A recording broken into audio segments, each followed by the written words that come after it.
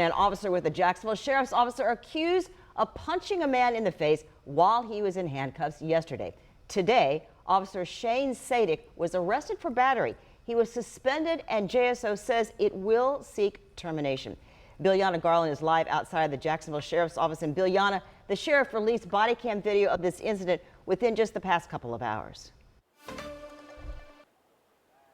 And this is the 6th arrest of a JSO employee this year. And this body camera video, it starts with the officer telling the man that he's arresting to stop scratching him. Now, I do warn you that the video is disturbing. And in this video, you can see that Officer Shane Sadik tells the man he's arresting, Kashif Griffin, that he's going to punch him.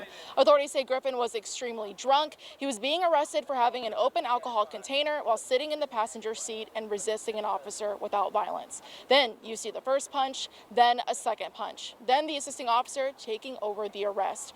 JSO Sheriff TK Waters condemns Sadik's actions and says the department is on top of holding its officers accountable. Again, I'll continue to say this, 99% of the employees here do it right. When they don't do it right, we take care of business. It's my responsibility as a sheriff here to tell you when something happens that should not happen and tell you how we're dealing with it.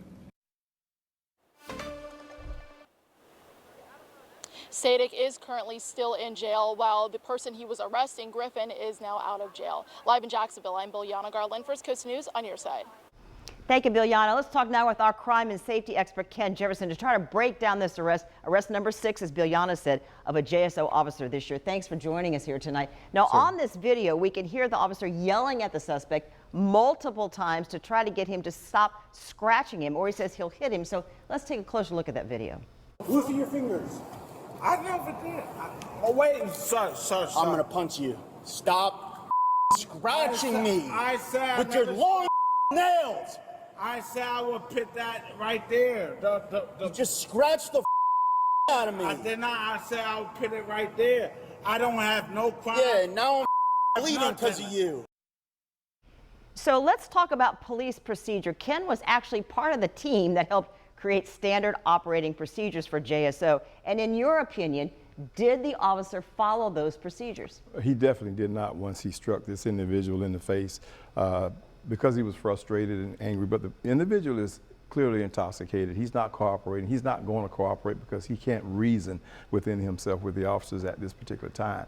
In my opinion, you've got 2 officers there. They could have taken the handcuffs off of him and forced his fingers to be rolled. There was always another alternative other than striking this individual. He totally went outside of the SOPs. All right, so why don't we take a look at the moment of the punch? Stop moving your fingers. All right, I'm going to pin it.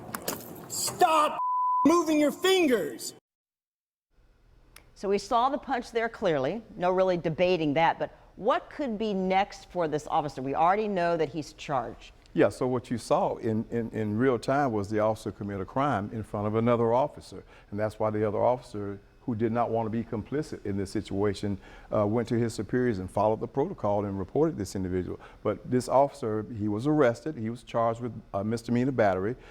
If he's convicted of that crime, he could face up to 1 year in prison as a result of it and be decertified as a police officer. So he's got a long road ahead of him, but he has civil service protection that they have to do the due process to take him through that before they get to that point. Okay, we always appreciate your expertise. Thank you so much. Certainly. Anthony?